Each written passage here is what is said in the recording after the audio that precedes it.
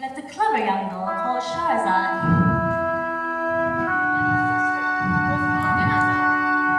And her daughter, who was the vizier, the chief advisor to the king.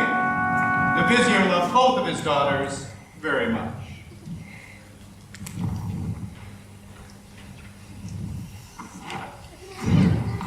Dinazad was as kind, loyal, and true as any girl her age. But Shahrazad was courageous, bold, and shrewd well beyond her years. And there was nothing she liked better to do than to read stories. Stories of enchanted caves, Flesh-eating wolves, talking birds, and flying men. and night after night, Shahrazad would keep her little sister awake by filling her head with these stories. When suddenly, a huge bird dropped there in a valley full of trees, sighs, slimy snakes. Now, children, it's getting very late. Oh, please, Father, please let Shahrazad finish. We're near the end now. Oh, very well. The end of this story, and then bed. But no matter how many times Shahrazad told these stories, she never forgot a word because she was gifted with a perfect memory. It's called Sharaya. Sharaya was a great leader, courageous, big-hearted, and strong. By his enemies he was feared, but by his people he was loved. And the heart of the palace was singing with his laughter.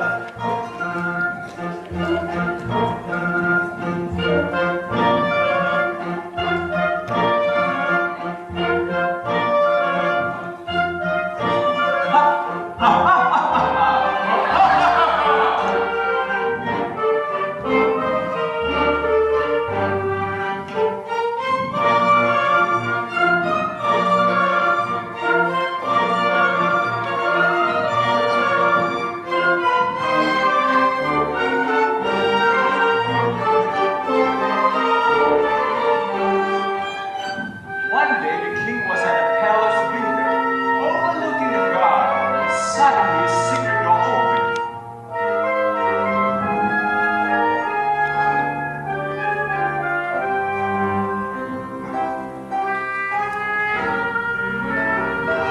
I trusted my wife as I trusted the ground beneath my feet.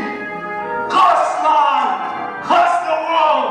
And curse all women!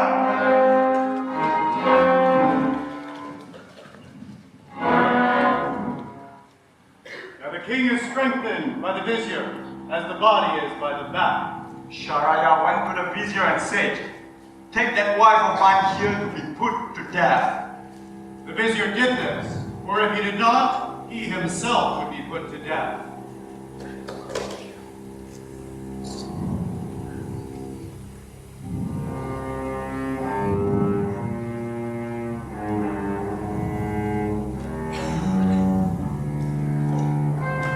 The gates to the king's heart were locked like a prison. And the halls of the palace were as silent as a tomb. And the king gave his word that from now on, he would marry one girl for just one night.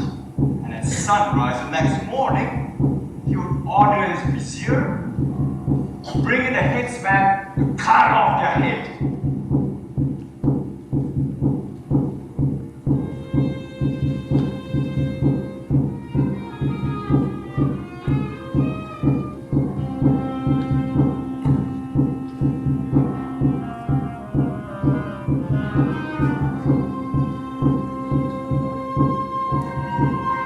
He continued to do this for 1,000 nights. Till 1,000 young girls perished. And every morning he would say to himself that there is not one single good woman anywhere on the face of this earth.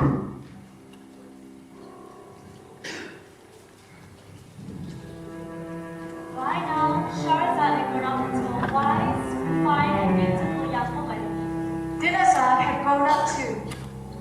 And one day the vizier returned home from the palace, his head weighed heavy with worry. Why are you looking so lost, Father? I'm just a little tired, that's all. I hate to see you carrying the weight of the world on your shoulders. I've devoted my life in service to the king and God. The king is not in service to God when he kills innocent young women. The king is always in service to God, for God has chosen him to be king. Even when he breaks God's laws, The law is whatever the king wills it to be. then the sun shall set in our city forever. Father, I have a favor to ask you, and I hope you will grant me it. I will not refuse, as long as it is just and reasonable. I have a plan to save the daughters of our city. Your aim, my daughter, is admirable. But the king's sickness is beyond the help of any man. How could you hope to cure it? I want you to marry me to the king. I want you to marry me to the king tonight. Is this your idea of a joke? No. You've been reading too many stories, my child. Trust me, Father. Let me heal the king. Silence, or I'll send you to your room. Dinner's in. Tell your sister. I think she means it, Father. Father, if I succeed, I could save the lives of thousands. And if I die an honorable death. Marry me to the king tonight. And tomorrow, I will face it when it comes. the headsman's blade is sharp. The palace grounds are stained red with blood. The sky above that palace is dotted black with vultures. There are some things more important than life, Father. There is nothing more important than my daughter's life. What about the lives of all those other daughters? Aren't they important too? How dare you say that to me? I thought of nothing else for months. Father, on Friday, we were on our way to the mosque for noon prayers, and there was a woman, a mother. She was pleading with the guards, clasping their ankles and kissing their feet at the palace gate. You should have heard her cries. It was awful. I don't want you going out anymore. You two pray at home from now on. And in the marketplace, there was one man, red with rage he was. Blood must flow for the life of my daughter, he was saying. Death to the king! God, spare. I'm begging you, Father, and I will never stop begging you until you do as I ask. As sure as moon follows sun and sun follows moon, I will beg and beg until you marry me to the king. I will never marry you to the king. Very well.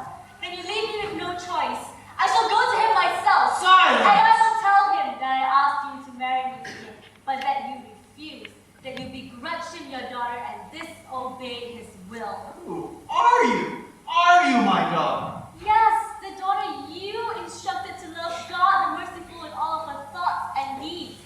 The daughter you instructed to put others before herself. The daughter whom I told to respect and obey her father. Father, please stop. Listen to me. Please.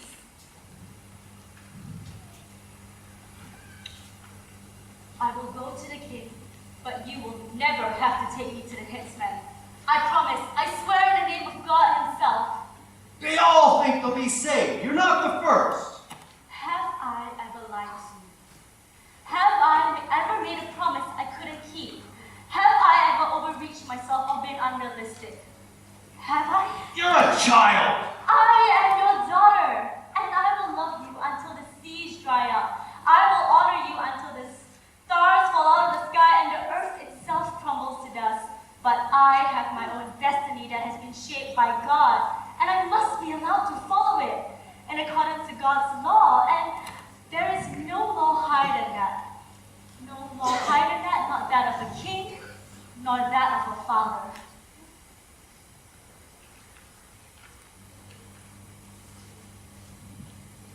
It is your return to the palace to tell the king of his daughter's request. Vizier, do you love your daughters? I love them, as the thirsty traveler loves the oasis, as the fish loves the sea and the owl loves the night. The two of them are the very air I breathe. And yet you are prepared to marry her off with death. You must realize that I cannot make any exceptions here, for I have given my word, and the king's word is as precious as water. I've explained this to her, my lord, and yet she will still be with you tonight. With all due respect, Vizier, your daughter must either be a half-wit or shrewd. She is neither, my lord. She's just very determined. And what about you, Vizier? Do you really have the courage, the heartlessness to bring her to the headsman tomorrow? There are some things more important than human life, my lord. Such as? Loyalty, honesty, service. Go to her, prepare her, and bring her to me at nightfall. I am and will always be your humble servant, my lord. Very well, Vizier. The vizier returned home to tell his daughter of the king's will. Then Shahrazad said to her little sister, "Now, Dinarzad, listen carefully to what I have to say. When I go to the king tonight, I will send for you to stay with me in my bridal chamber. An hour before daybreak, you must wake me and ask me to tell you a story. Do you understand?"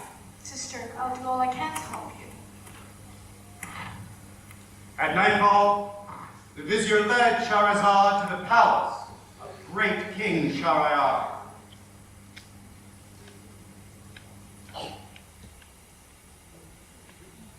May heaven not deprive me of you.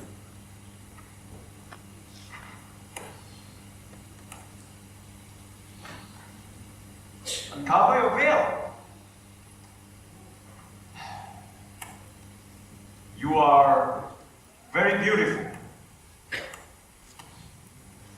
Why? Why are you crying? I have a sister, and I would like her to stay with me here tonight so that I might say goodbye to her one last time. Shahryar agreed, and Dinarzad was sent for. Who came with all possible speed. The king and the queen then got into a bed, raised very high. And Dinarzad lay on some cushions on the floor underneath.